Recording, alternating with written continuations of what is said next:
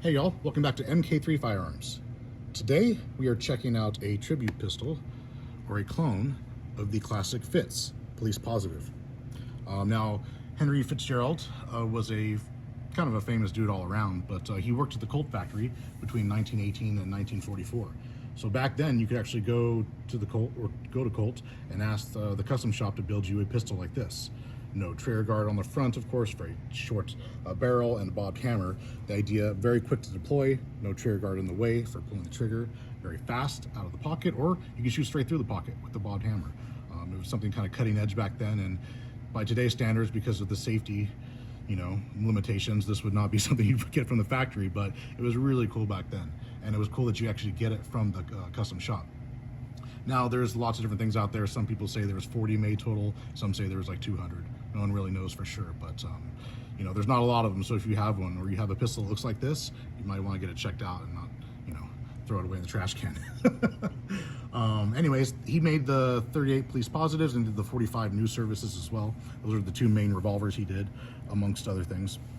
As far as our clone, we started off with a Colt Cobra. The barrel was quite a bit longer.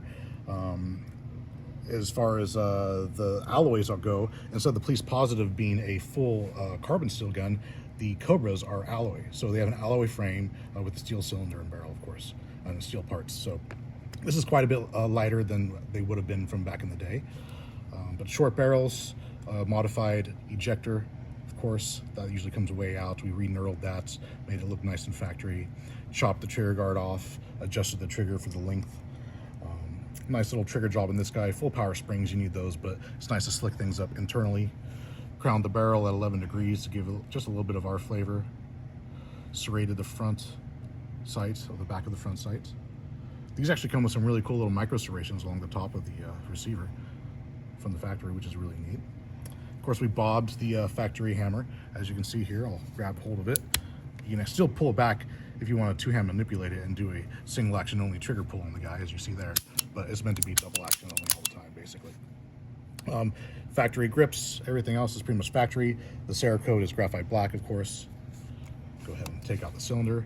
This guy is 6 shots. Really nice smooth action. And it's just, it's really punk rock. I mean, this thing is heavy metal, punk rock, whatever you want to call it. You take the trigger guard off a revolver, that's pretty rad. We love it. It's super cool. We actually have in our showroom a one-off stippled drawing of this Fitz revolver, or one of the original Fitz. So it's pretty freaking cool. It's a piece of Americana, a piece of history. Been wanting to do a clone of these, or one of these guys, for a very long time, so we're really happy that our buddy Jake over at 1911 Syndicate opted to go ahead and let us do one. She's a beauty. Anyways, this will be reviewed on his channel soon enough, I'm sure, probably in a couple of months.